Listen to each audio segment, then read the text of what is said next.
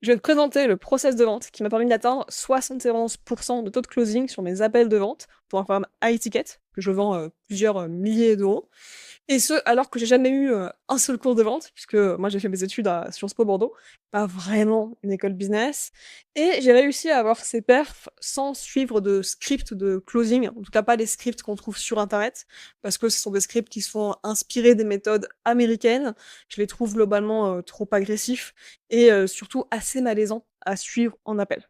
Donc à la place, j'ai créé une méthode, un process qui est assez minimaliste, mais qui fonctionne parfaitement pour les solopreneurs qui sont pas des vendeurs dans l'âme. D'ailleurs, petit disclaimer, si tu es closer professionnel ou aspirant closer professionnel, cette vidéo n'est pas du tout pour toi. Elle est vraiment conçue pour des gens comme moi qui vendent des accompagnements en ligne, qui veulent pouvoir les vendre cher et qui veulent le faire en se sentant à l'aise dans les appels de vente, tout simplement. Et toute ma méthode repose sur une idée simple, c'est que la vente, ça devrait pas être un exercice de pitch où tu essayes de convaincre le prospect et où à la fin tu finis dans une sorte de confrontation d'opinions. En fait, personnellement, je vois l'appel de vente plutôt comme une enquête. Du coup, un espace dans lequel le prospect et le vendeur sont dans la même équipe, ils sont tous les 2 détectives. Je vais expliquer. Moi, quand je fais un appel de vente, ce que je veux, de mon côté, c'est découvrir si la personne qui est en face de moi, elle a tous les critères qui font que mon programme va l'aider à avoir des résultats. Et je veux que lui, du coup le prospect, fasse exactement le même cheminement que moi, en même temps que moi. Parce que s'il aboutit avec la même conclusion, évidemment, il va vouloir acheter. Alors évidemment, si on a bien fait son travail de qualification en amont, on a des appels avec des gens qui sont, pour l'immense majorité, dans le cas où notre accompagnement peut les aider. Il peut y avoir quelques exceptions, et c'est pour ça que c'est une enquête vraiment commune, qu'on fait en même temps. Et l'avantage d'adopter cette posture d'enquête, c'est qu'on est dans la même équipe que le prospect et on évite de déclencher des réflexes qui sont hyper normaux, des réflexes de rejet, de repli, de défiance qu'on a tous parce que, en fait, personne n'aime se faire pitcher quelque chose pour être poussé à acheter. Alors pour cette vidéo, je vais te montrer le process complet. J'ai prévu de te partager les astuces sur mon formulaire de qualification pour filtrer les bons prospects, mais également les tournures de phrases que j'utilise pendant mes appels pour éviter le fameux je vais réfléchir du prospect qui disparaît dans la nature et qui revient jamais. Et puis même quelques messages de follow-up que j'utilise pour relancer les prospects après l'appel. Mais surtout, je vais prendre le temps de te présenter la stratégie de fond derrière, parce que je pense que ça te sera beaucoup plus utile que n'importe quel template ou outil IA que je pourrais te donner. Et ensemble, on va répondre à la question comment vendre du high ticket en appel sans script agressif. Allez, c'est parti. Alors tu verras, j'ai structuré la vidéo autour des 3 grands moments du process de vente, c'est-à-dire avant l'appel, pendant l'appel et après l'appel. Mais avant ça, je voulais revenir sur, les, fondamentaux de ma méthode, pour que tu comprennes, d'où je parle, quels sont mes biais, à qui ça s'applique et à qui ça s'applique pas, évidemment. Donc on est parti, moi j'ai un parti pris, c'est que, je pense que beaucoup de gens, si ce n'est tout le monde, se trompent sur la vente en France. Parce qu'on a cette image du vendeur, c'est-à-dire, d'un vendeur requin qui est prêt à tout pour, réussir à faire une vente, même à vendre un produit dans lequel il croit pas, et qui n'est pas un bon produit et surtout un vendeur qui a des performances parce qu'il est naturellement bon, c'est un orateur, c'est quelqu'un d'éloquent, c'est quelqu'un qui est bon dans l'exercice de convaincre les gens et qui est prêt à les bousculer pour obtenir des résultats. Et moi, je pense pas que ça fonctionne et je pense pas que tout le monde devrait devenir ce profil-là pour réussir à faire des ventes, surtout sur un programme type high ticket quand on est expert, par exemple, consultant B2B, coach, professionnel, thérapeute ou autre. Et donc moi, je pense que vendre, ça n'a rien à voir avec le fait de convaincre. Quand on veut convaincre quelqu'un, on essaye de pousser notre opinion, notre manière de voir les choses chez cette personne-là. Et tout ce que ça provoque, c'est un mouvement de repli, en fait, de protection et donc de méfiance. Et c'est pas du tout ce qu'on veut pour une personne avec laquelle on est censé bosser ensuite. Moi, j'ai pas du tout envie de provoquer de la défiance, de la méfiance ou un réflexe de protection chez quelqu'un que je vais accompagner pour plusieurs mois peut-être ensuite. Je pense aussi qu'aujourd'hui sur internet, on est inondé de méthodes de vente et de scripts de pitch qui sont importés des États-Unis et qui sont très agressifs et qui ne fonctionnent pas en France. Parce que la psychologie d'un acheteur français n'a rien à voir avec la psychologie d'un acheteur américain. Et donc, on se retrouve avec des gens qui sont excellents dans leur domaine, mais qui n'arrivent pas à faire de vente, simplement parce qu'ils appliquent des templates qui sont pas adaptés au marché domestique en France. Et le troisième point, c'est que je suis vraiment convaincue que vendre, ça n'est pas extorquer quelqu'un, c'est au contraire rendre service. Quand on a en face de nous la bonne personne et qu'on est persuadé que notre programme d'accompagnement peut vraiment l'aider, on a tout intérêt à réussir la vente. Parce que réussir la vente, c'est finalement altruiste, dans le sens où on va l'aider à atteindre ses objectifs. Et moi, c'est comme ça que je vois la vente. Et en France, il y a énormément de gens qui n'ont pas encore compris ça.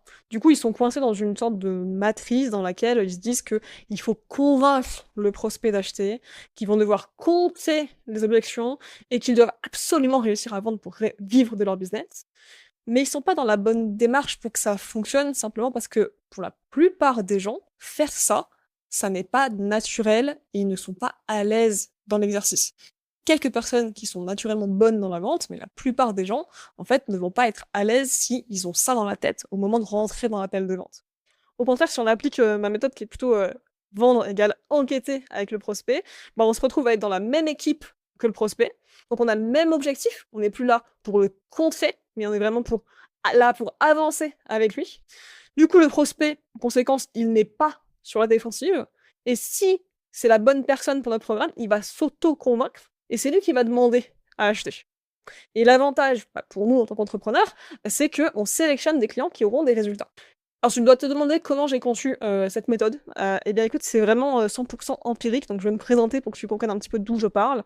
Moi, c'est Adri, je suis stratège système pour les solopreneurs avancés. Concrètement, j'aide les solopreneurs francophones à développer leur business d'entre 100 000 et 1 million d'euros de CA par an.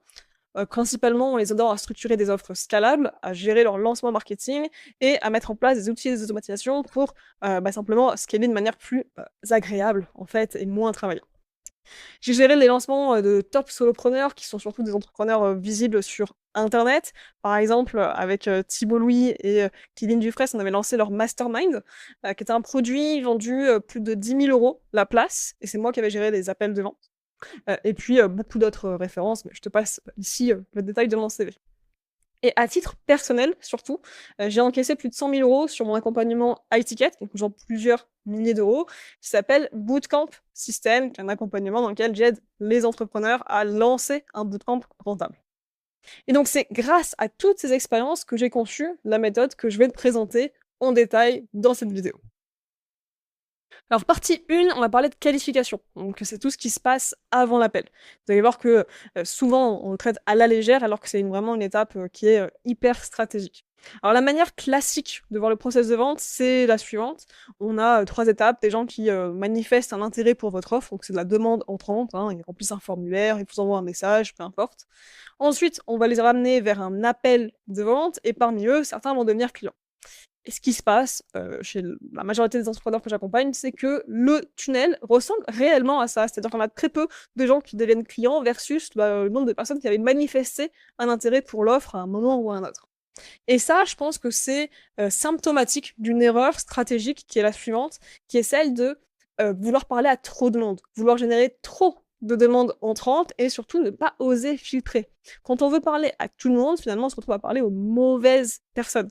Et moi, je suis persuadée qu'avec une bonne qualification en amont, on peut réussir à avoir ce tunnel-là, qui est mon tunnel, en fait. Moi, j'ai moins de demandes entrantes. En revanche, l'immense majorité, si ce n'est quasiment tout, ça dépend selon les lancements, j'ai un petit peu de déperdition, mais vraiment, l'immense majorité des gens qui sont intéressés par mon offre acceptent de basculer en appel de vente et viennent réellement à l'appel de vente avec moi. Et parmi eux, j'ai plus de 70% des gens qui deviennent clients, donc qui payent vraiment mon offre. L'avantage de ce process-là, c'est que je retrouve du temps libre. Et ce process, avec beaucoup de qualifications en amont, il permet déjà d'aller chercher des très très bonnes perfs. Pour entre 100 000 et 1 million d'euros par an avec un solo business de type consulting, coaching en ligne, ça fonctionne vraiment. Et évidemment, l'intérêt, c'est que vous passez moins de temps à faire des appels avec des gens qui sont pas qualifiés. Donc, vous avez plus de temps libre pour faire ce qui compte réellement pour vous. Si vous êtes ultra focus sur le business, bah, vous allez réinvestir ce temps-là sur du marketing pour générer quand même plus de demandes toujours qualifiées, donc plus d'appels, donc plus de ventes mécaniquement. Et si c'est pas ce qui compte le plus pour vous, vous allez pouvoir passer ce temps sur des affaires plus perso. Personnellement, là, sur le début de l'année, j'ai préparé un marathon de trail. Alors forcément, courir 42 km, 45 précisément, avec pas mal de dénivelé en pleine montagne, ça demande de la prépa, ça prend du temps. J'étais bien contente d'avoir ce système-là en place. Alors concrètement, comment je fais pour avoir ce système? Eh bien, l'objectif, c'est d'attirer uniquement les prospects qui sont prêts à payer. Moi, j'ai 3 manières de mettre ça en place. La première, c'est avec du contenu spécifique. Donc, ça veut pas dire que je m'interdis de faire des posts, des vidéos, des contenus, en gros, qui s'adressent un petit peu à tout le monde dans ma cible. Ça veut simplement dire que tous les contenus que je fais avec un appel à l'action direct, qui est de candidater à mon programme d'accompagnement Bootcamp System, je les fais de manière très spécifique pour attirer uniquement les bonnes personnes. J'intègre dedans des mécanismes de ce qu'on appelle l'anti-vente, c'est-à-dire je dis ça n'est pas fait pour toi si, etc. Et ça me permet en fait vraiment de disqualifier déjà en amont les gens qui vont cliquer sur le lien et remplir mon formulaire.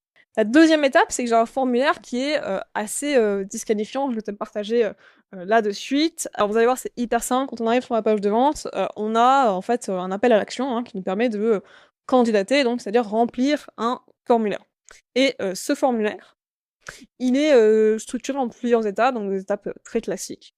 Mais surtout, il y a des questions de qualification. Moi, je sais que mon programme, il est parfaitement calibré pour des entrepreneurs qui font autour de 100 000 à 300 000 euros de CA par an, en tout cas ce programme-là. Et donc, j'ai mis en place des règles automatiques qui font que si la personne, elle dit qu'elle fait moins de 50 000 euros, par exemple, et si elle me dit que, un peu plus tard, elle n'est pas disponible sur la période, ou en tout cas, elle n'est pas sûre, et qu'elle a plein d'engagements en parallèle, alors elle va avoir un score de qualification qui va être plus bas, et elle va pas avoir accès à mon calendrier pour prendre rendez-vous. Ça, c'est le premier garde-fou que j'ai. Tout le monde n'a pas accès à mon calendrier de manière libre comme ça sur Internet. C'est uniquement les personnes qui ont bien répondu aux questions. Et encore parmi elles, je vais parcourir le détail des réponses. Je vais aller voir leur réseau, je vais voir ici ce qu'ils ont répondu sur leur idée de bootcamp pour m'assurer qu'il y a réellement un potentiel. Et si j'ai le moindre doute, j'annule le rendez-vous. D'ailleurs, c'est mon troisième conseil, faire preuve de discernement et d'assertivité. Vous avez le droit et vous devez même vous autoriser à annuler un rendez-vous si la personne ne vous semble pas qualifiée, voire même à interrompre un appel de vente avant sa fin si vous sentez très vite que l'appel va pas closer. C'est pas se dire OK, moi je prends du temps pour discuter avec les gens uniquement si je suis sûre de pouvoir générer de l'argent derrière. C'est pas ça. C'est juste que votre temps, il est précieux, celui de votre prospect aussi. Si vous avez prévu un appel de 45 minutes et qu'au bout de 10 minutes, vous voyez bien que votre programme n'est pas du tout adapté pour l'aider, il faut faire preuve d'honnêteté et lui dire. Si ce jour-là, vous avez du temps et vous avez envie de continuer à discuter avec la personne, très bien, faites-le après avoir mis au clair les choses sur le fait que la candidature n'est pas retenue et qu'on sort du cadre de l'appel de vente. Si, en revanche, votre temps est précieux comme moi j'estime que le mien l'est, et que vous n'avez pas l'énergie à ce moment-là de donner 40 minutes de coaching gratuit en ligne, eh bien vous avez le droit de dire, de mettre un terme tout simplement à l'appel. Partie 2, closer pendant l'appel. Donc là, on entre dans le vif du sujet et je dois être honnête avec toi. Tout à l'heure, je t'ai dit que j'avais pas de script de vente. C'est pas tout à fait exact. C'est vrai dans le sens où je suis pas un script mot pour mot et surtout que ma méthode est vraiment très éloignée de la méthode des scripts à l'américaine. En revanche, j'ai bien un doc sous les yeux pendant mes appels de vente. C'est plutôt un guide d'entretien pour justement mener l'enquête avec mon prospect de manière efficace.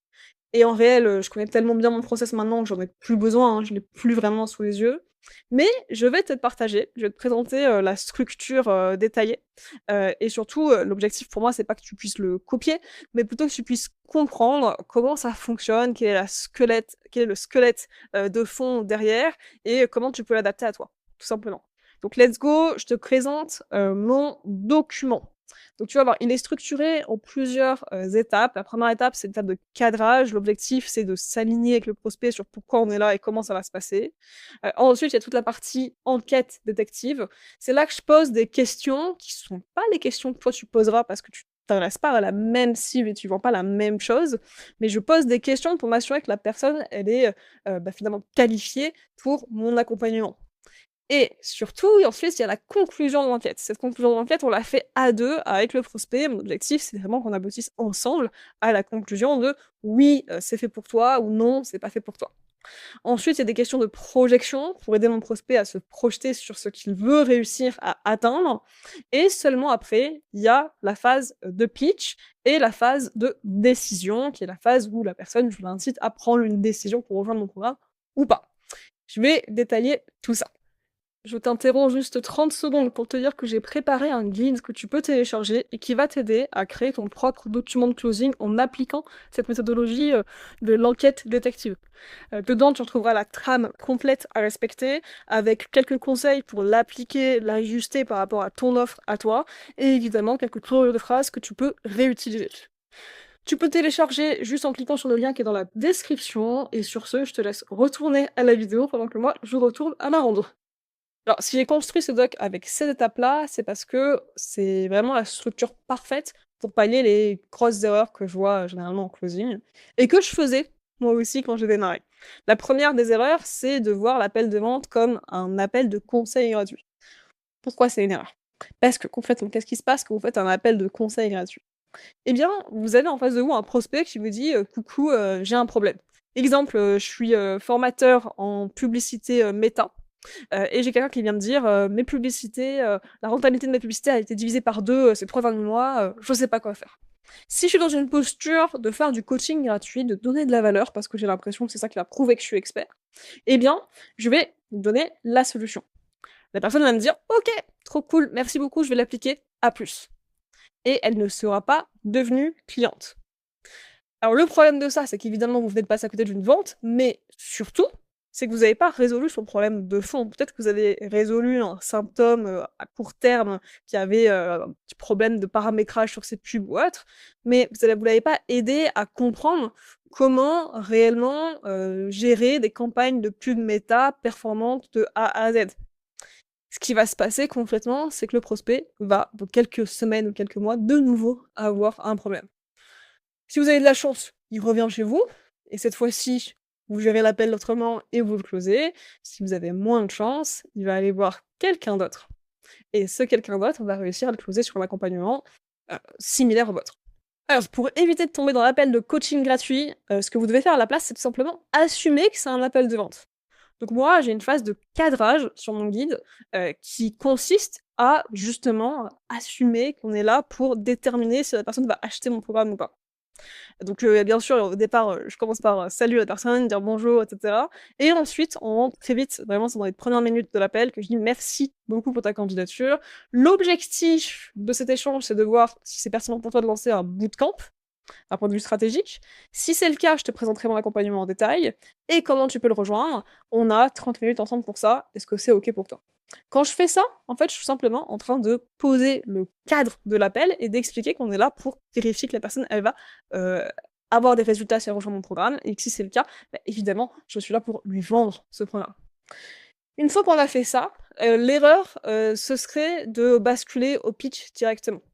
Non, ce qu'il faut, c'est, faire l'enquête. Donc, moi, la manière dont je le vois, c'est vraiment que j'ai identifié des critères qui font que la personne, c'est la bonne personne pour rejoindre mon programme et que si elle coche tous ces critères-là, elle aura des résultats.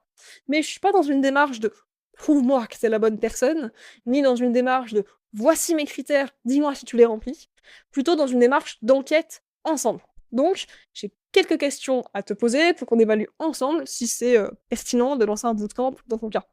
Alors cette phrase, elle a du sens parce que mon programme Bootcamp System, ça aide les entrepreneurs à lancer un bootcamp en ligne rentable. Évidemment, il faut que tu l'ajustes à ton business.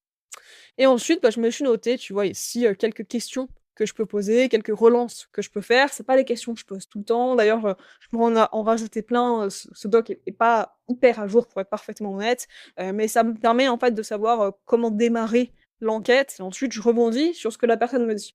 Et à la fin de l'enquête, bah, je sais si le projet de lancer un bootcamp que la personne a en face de moi, il est pertinent pour elle ou pas.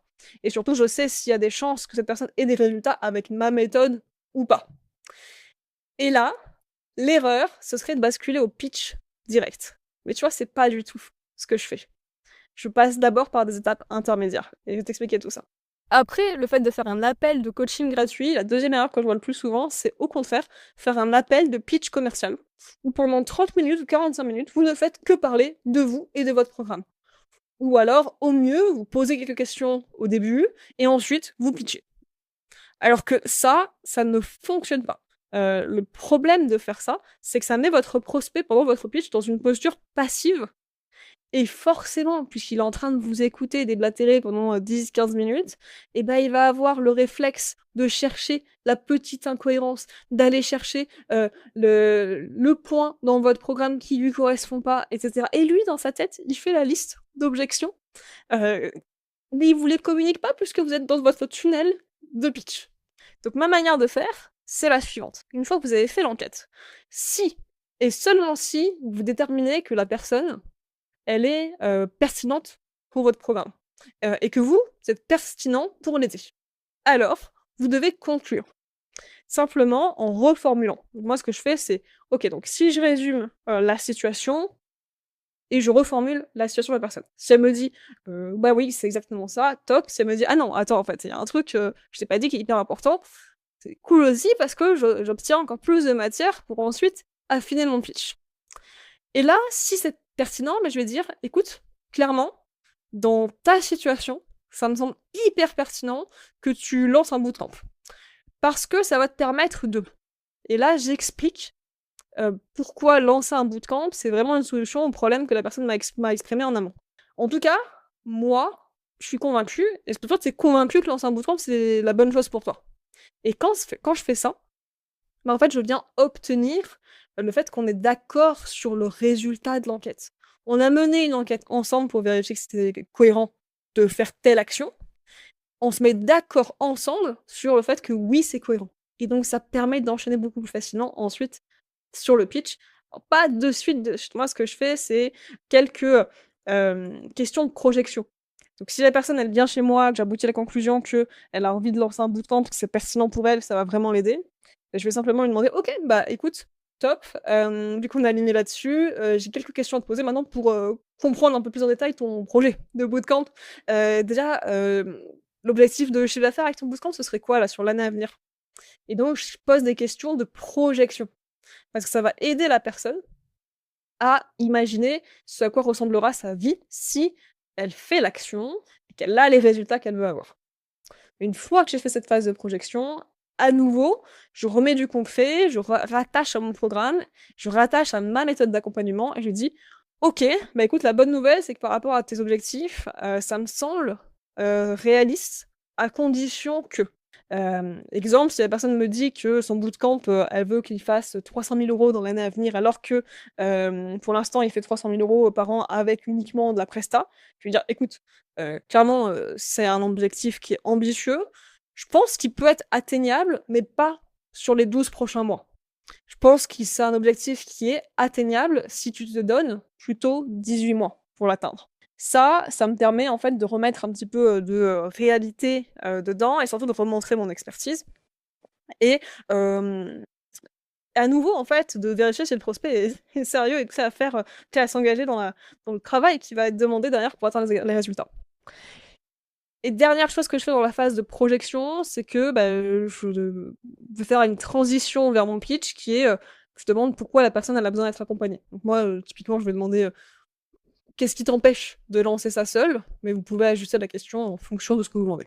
Alors là, on arrive à la fin de l'appel de vente, et généralement, l'erreur que je vois, c'est une peur du closing en direct. Alors le closing en direct, ça peut être plusieurs choses, mais concrètement, c'est principalement le fait de récupérer un vrai oui, je vais acheter ton programme pendant l'appel, et de pas laisser la personne partir avec je vais réfléchir, des choses comme ça. Et ça peut même être le fait de collecter le paiement pendant l'appel. Moi, j'ai à peu près un tiers des gens qui me disent oui, qui payent avant de quitter l'appel. Parce que j'ai le lien qui est prêt et je veux l'envoyer Si la personne me dit oui, je lui envoie le lien pendant l'appel. En fait, il y a pas de raison, si elle m'a dit oui, qu'elle paye pas de suite. Et ceux qui payent pas en direct, généralement, ils payent, quelques jours après, par relance que je leur fais sur WhatsApp. Donc comment, gérer cette, peur, du closing en direct? Et ben, en fait, c'est plutôt un changement d'état d'esprit qu'il va falloir faire et vous dire que si vous avez bien appliqué la méthode, il y a vraiment aucune raison de pas aller chercher le oui pendant l'appel. Je m'explique. Si tu as appliqué la méthode de vente par enquête, à ce stade de l'appel, tu as validé que le prospect était pile dans la bonne situation pour tirer un max de bénéfices de ton accompagnement. En plus de ça, a priori, il est aussi convaincu que toi de ça parce que tu lui as demandé s'il était convaincu. Et il te dit, «Oui, je veux que tu m'expliques son accompagnement». C'est le principe de la phase de transition où, je demande: «Pourquoi tu veux pas lancer ça seule?» La personne m'explique pourquoi elle veut être accompagnée et je dis: «OK, bah, écoute, dans ce cas, je te parle de mon accompagnement, ça te va pour toi?» Et cette personne me dit: «Oui», mais en fait, elle m'a littéralement dit: «Oui, pitch-moi». Et ensuite, à la fin de cette phase de pitch, elle va te dire: «Oui, ça peut m'aider». Et une fois que tu as réuni tout ça, c'est ne pas closer qui serait criminel. Parce que si tu le closes pas, en fait, tu refuses de lui rendre service, tu refuses de l'aider, ce gars-là. Donc comment réussir à faire ça? Comment réussir à bien gérer la fin de l'appel de vente? Bah, c'est enfin la phase de pitch, en fait, tout simplement. Donc tu as fait ton enquête, tu as fait la conclusion de l'enquête, tu as fait les questions de projection et là tu as demandé au prospect: «Pourquoi tu ferais pas ça tout seul?» La personne t'explique et du coup, tu lui dis: «OK, bah, écoute, ça tombe bien, c'est exactement ce qu'on fait avec mon programme. Est-ce que tu veux que je t'en dise plus? Est-ce que ça te va si je te présente mon programme, du coup, en détail?» La personne te dit: «Oui». Moi, généralement, je fais le pitch, du coup, derrière en 2 étapes. Une première étape où je donne la promesse et les gros piliers. Dans mon cas, je vais dire: «Écoute, moi j'ai créé Bootcamp System, c'est un accompagnement, sur, 28 jours qui va te permettre de passer d'une idée de bootcamp à» donc là, ce que tu as déjà, hein, «à un bootcamp qui est prêt à être lancé et être vendu. Et je vais t'accompagner sur plusieurs piliers». Tac, tac, tac. Ça va très vite, hein, c'est moins d'1 minute, tout ça. Je m'arrête et je pose déjà une question de validation. Avant que je te détaille le fonctionnement du programme, est-ce que tu penses déjà que ça peut correspondre à ce que tu recherches? Si la personne me dit oui, alors je continue le pitch. Si la personne me dit non, je questionne et je vais chercher les objections. Et je vais lever, questionner ces objections avant de pitcher. L'avantage de cette méthode, en fait, l'enquête et d'aller chercher de la validation tout au long de votre pitch, c'est que vous allez chercher les objections aussi et vous allez les lever avec votre prospect, toujours dans cette démarche de «on est dans la même équipe». Et alors évidemment, dernier conseil pour la route, pendant votre appel de closing, le plus important sur la fin, c'est de pas laisser la personne partir avant qu'elle ait exprimé toutes ses objections et que vous ayez pu toutes les questionner. Moi j'ai une phrase, magique que j'utilise, qui est la suivante, c'est que, si la personne me dit: «OK, écoute, pour moi c'est clair, j'ai besoin d'un petit peu de temps pour réfléchir», je vais lui poser des questions, de type: «OK, de quelles informations tu as besoin et que je pourrais te donner là de suite pendant qu'on est en appel, pour, que tu puisses prendre une décision sereine dans les prochains jours?» Et cette question-là, je peux la répéter 5 fois s'il faut pendant l'appel, parce que tant que la personne me répond, c'est qu'il y a des zones de doute, des zones d'ombre, des zones de flou. Et pour pouvoir faire ça, eh ben, il faut avoir fait tout le reste du process avant.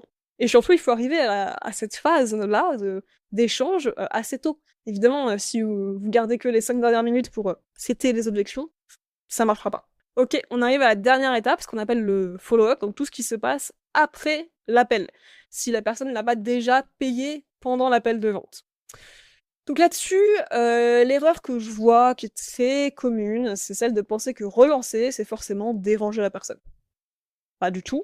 Les gens sont occupés, les gens ont une vie, ont autre chose à faire que de penser à votre programme et peut-être qu'ils sont très déterminés à le rejoindre, simplement, leur enfant est tombé malade, ils ont dû, quitter, leur taf à la minute près pour aller le chercher et l'emmener à l'hôpital. Alors, vous savez pas ce qui se passe dans la vie des gens et parfois relancer, c'est juste, rendre service à quelqu'un qui est débordé et qui a oublié de revenir vers vous. Ça, c'est le premier élément. En revanche, moi, c'est pour ça que j'ai une position un petit peu nuancée là-dessus. Je considère que vous n'êtes pas censé relancer ad vitam aeternam.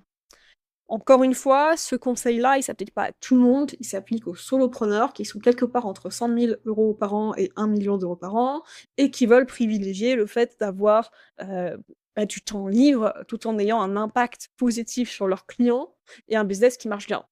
Si vous optimisez, votre solo business pour avoir à la fois de la rentabilité, financière et une vie très, très agréable, alors vous devriez pas relancer les gens éternellement. Moi, je vais vous dire très franchement, je considère que j'ai autre chose à faire que de relancer des gens en déci. Exemple, faire des randonnées dans la nature, c'est beaucoup plus mon kiff que de renvoyer 10 000 messages, WhatsApp à quelqu'un qui m'ignore. Donc, comment je fais pour résoudre ces 2 tensions qui sont du coup, à la fois faire du follow-up et en même temps, bah, juste, se dire: «OK, si la personne n'est pas décidée à acheter, je vais pas lui courir après, parce que mon temps est plus précieux que ça». Bah, c'est simple, j'applique, 4 principes. La 1re, le premier c'est que pendant mes appels, les objections, elles ont déjà été levées. Donc, je considère que, la phase de follow-up n'est pas là pour répondre aux objections, donc ça, il faut bien gérer, l'avant-vente. Deuxième chose, à la fin de l'appel, je fixe des dates de décision. Donc si la personne n'est pas prête à s'engager dessus, si elle est pas prête à payer pendant l'appel, tout simplement, je lui dis: «OK, écoute, moi, j'ai, des contraintes, logistiques, mon programme va bientôt démarrer, il faut que je sache avec qui, je vais bosser. Donc ce que je peux faire, c'est qu'on peut se fixer, jusqu'à telle date pour que tu prennes ta décision. Est-ce que ça te convient?»